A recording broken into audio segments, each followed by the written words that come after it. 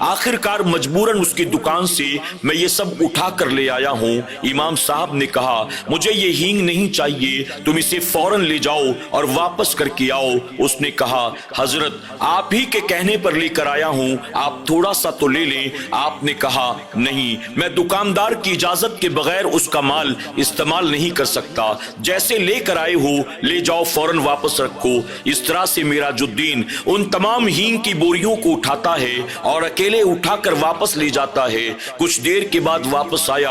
امام صاحب نے میراج الدین کو اپنے کمرے میں بلایا اور کمرے میں بلانے کے بعد امام صاحب نے کہا میراج الدین اب زیادہ دن تک تمہارا راز چھپا نہیں رہ سکتا، اب مجھے تم سچ سچ بتاؤ تم انسان ہو کہ جنات ہو۔ اس پر میراج الدین نے اپنی گردن کو جھکا دیا، اس کی آنکھیں بھر آئی۔ امام صاحب نے کہا تم جب پہلی بار میرے پاس آئے تھے اسی وقت مجھے تم پر شک ہوا تھا، لیکن میں نے اس وقت تمہیں کچھ نہیں کہا کیونکہ تم قرآن شریف پڑھنے کے لیے آئے تھے، اور قرآن شریف پڑھنے کے لیے میرے پاس انسان کا بچہ آئے یا جنات کا بچہ آئے میں قرآن پڑھانے سے انکار نہیں کر سکتا۔ لیکن میراج الدین یہ جو تمہاری حرکتیں اور تمہارے معاملات ہیں یہ اچھے نہیں ہیں، ہو سکتا ہے کہ کل اسی کی وجہ سے کسی کو نقصان ہو جائے، اس لیے بہتر یہ ہے رات کے اندھیرے میں تم چپ چاپ واپس چلے جاؤ، میں تمہارے بارے میں کسی کو کچھ بھی نہیں بتاؤں گا، اور آج کے بعد اس مسجد میں کبھی واپس مت آنا۔ میراج الدین نے جب یہ سنا اس کی آنکھوں سے آنسو بہنے لگے۔ اس نے کہا حضرت آپ ایسا نہ کریں، آپ مجھے اپنی شاگردی میں رہنے دیں، میں آپ کی خدمت کرنا چاہتا ہوں، آپ سے تربیت حاصل کرنا چاہتا ہوں۔ امام صاحب نے کہا نہیں، تم انسانوں کے بچوں کے ساتھ رہنے کے لائق نہیں ہو سکتا ہے کہ کل تمہاری وجہ سے کسی کو کوئی بڑا نقصان ہو جائے، اس لیے تمہارا چلے جانا ہی بہتر ہے۔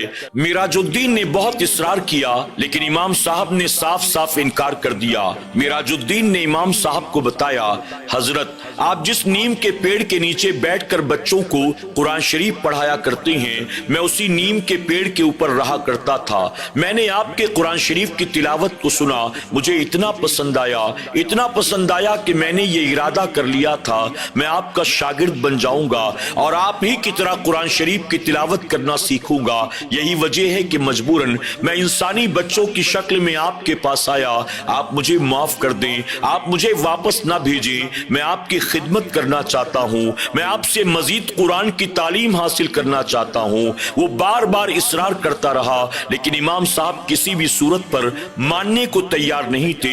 امام صاحب نے کہا میراج الدین تم نے آج تک میری بڑی خدمت کر لی، اب تم واپس چلے جاؤ، تم آخر ہو تو جنات۔ میراج الدین آج تک تم نے ہمیں فائدہ ہی پہنچایا ہے، لیکن کل اگر گاؤں والوں کی وجہ سے یا میری وجہ سے یا ان بچوں کی وجہ سے تمہیں کوئی بات ناگوار گزری تو تم کہیں ہمیں کوئی نقصان نہ پہنچا دو، اس لیے تمہارا اب چلے جانا ہی بہتر ہے۔ میراج الدین بار بار کہتا رہا حضرت میں وعدہ کرتا ہوں میں کبھی کسی کو کوئی نقصان نہ پہنچاؤں گا، لیکن امام صاحب کسی بھی صورت میں اب اسے اپنے پاس رکھنے کو تیار نہیں تھے۔ امام صاحب نے کہا اگر تم میری خدمت کرنا چاہتے ہو، اگر تم واقعی مجھے اپنا استاد مانتے ہو تو میری بات کو مانو اور یہاں سے چلے جاؤ، اور جاتے جاتے یہ وعدہ کرو کہ اب تم کبھی پلٹ کر واپس نہیں آؤ گے، نہ ان بچوں کو نہ گاؤں والوں کو کبھی پریشان کرو گے۔ میراج الدین نہ چاہتے ہوئے بھی اپنے استاد سے وعدہ کرتا ہے اور روتا بلکتا استاد کے کمرے سے باہر نکل جاتا ہے۔ امام صاحب بھی بھری آنکھوں کے ساتھ میراج الدین کو جاتا ہوا دیکھ رہے تھے۔ میراج الدین مسجد کا دروازہ کھول کر باہر نکل جاتا ہے، وہ پلٹ پلٹ کر امام صاحب کی طرف دیکھ رہا تھا، وہ سوچ رہا تھا کہ شاید میرے حال پر امام صاحب کو رحم آ جائے اور امام صاحب مجھے رکنے کا اشارہ کر دیں، لیکن امام صاحب بھی بھرے من کے ساتھ میراج الدین کو جاتا ہوا دیکھ رہے تھے۔ انہوں نے میراج الدین کو نہ روکا یہاں تک کہ رات کے اندھیرے میں میراج الدین غائب ہو گیا۔ جب صبح ہوئی تو مدرسے کے بچوں نے دیکھا میراج الدین آج موجود نہیں تھا، وہ ایک دوسرے سے پوچھنے لگے لیکن کسی کو میراج الدین کے بارے میں معلوم نہیں تھا۔ اگلے دن بھی بچوں نے میراج الدین کے بارے میں پوچھا لیکن کسی کے پاس کوئی جواب نہ تھا۔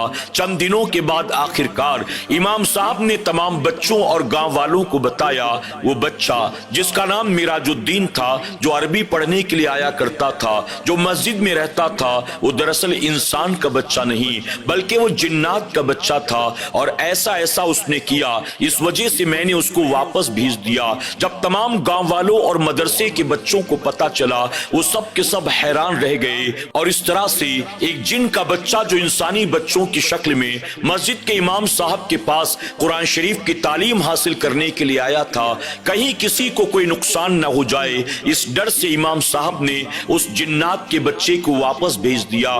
ناظرین اکرام، تاریخ میں ایسے کئی بزرگوں کے واقعات ملتے ہیں جن کے پاس باقاعدہ جنات اور جنات کے بچے قرآن کی تعلیم حاصل کرنے کے لیے آتے تھے۔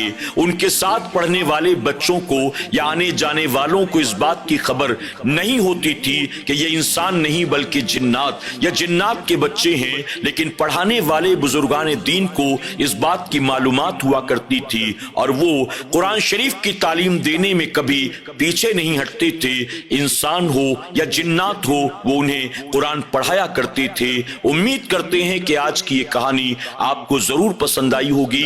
آج کی اس کہانی کے بارے میں آپ کی کیا رائے ہے؟ کمنٹ باکس میں جا کر ضرور کمنٹ کریں، اور آپ بھی اگر ایسی کوئی کہانی جانتے ہیں، اگر آپ چاہتے ہیں کہ ہمارے ذریعے وہ کہانی ناظرین اکرام تک پہنچے تو کمنٹ باکس میں وہ کہانی آپ ضرور بھیجیں۔ انشاءاللہ بہت جلد پھر ہماری اور آپ کی ملاقات ہوگی۔ اللہ تبارک و تعالی سب کو اپنا حفظ و امان عطا کرے۔ اللہ سب کے جان و مال و عزت و آبرو کی حفاظت فرمائے، آمین یا رب العالمین۔